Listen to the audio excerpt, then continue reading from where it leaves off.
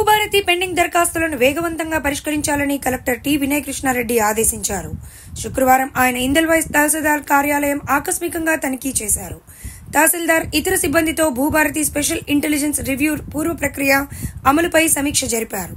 Bhubharati revenue సదస్సులో వచ్చిన దరఖాస్తులలో ఆయా మాడ్యూల్స్ లో ఎన్ని అర్జీలు పరిష్కరించారు, ఎన్ని పెండింగ్ లో ఉన్నాయి, ఎంతమందికి నోటీసులు ఇచ్చారు, క్షేత్రస్థాయిలో పరిశీలన ప్రక్రియ పూర్తయిందా తదితర వివరాలను అడిగి తెలుసుకున్నారు.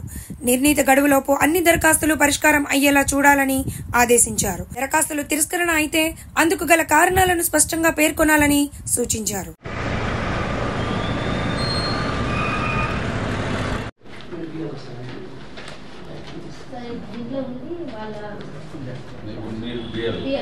ఏ పోలీస్ స్టేషన్?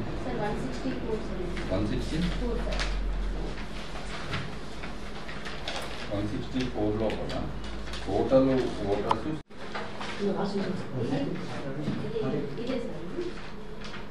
లాస్ట్ పేజ్ తీయండి. నేను నిన్న చూస్తే సప్లిమెంట్స్ ఇవ్వలేదు.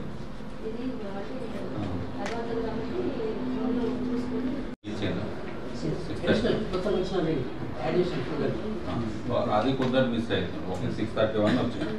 631 వచ్చిన తర్వాత first category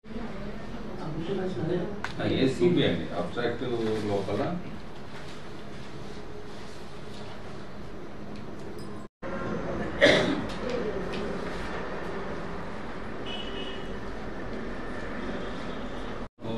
A police station check చేసింది?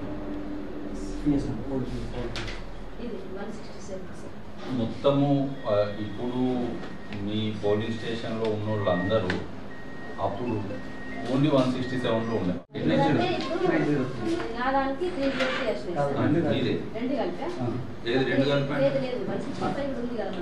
ఒక టోటల్ ఉన్నాయి 631 ఓట్స్ ఉన్నాయి. ఇందులో ఎంతమంది పాత దాంట్లో ఉన్నారు?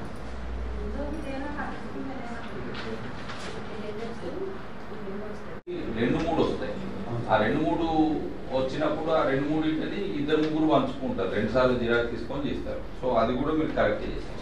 చేసిన తర్వాత 3వ స్టెప్, ఫస్ట్ స్టెప్ అన్ని పోలింగ్ స్టేషన్లు కరస్పాండింగ్ తీసుకున్నారు. సెకండ్ది సో పోల్చేత ఓకే. బీసీడీ గురించి తర్వాత మాట్లాడుతున్నాం.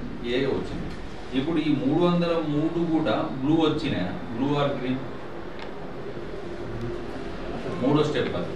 సో అన్నిటిని మనం గుర్తించిన వాటిని సిస్టమ్ లోపల కూడా బ్లూ వచ్చేటట్టు వేయాలి. గ్రీన్ అని ఎందుకు అంటున్నాక ఆల్రెడీ మీరు దాన్ని అప్రూవ్ చేస్తుంటే గ్రీన్ వచ్చి ఉంటుంది. సో మనకు తెలిసిన మనుషుల్ని సిస్టంలో అవునో కాదా చేసుకోవాలి. మరి 269 కనిపిస్తుంది.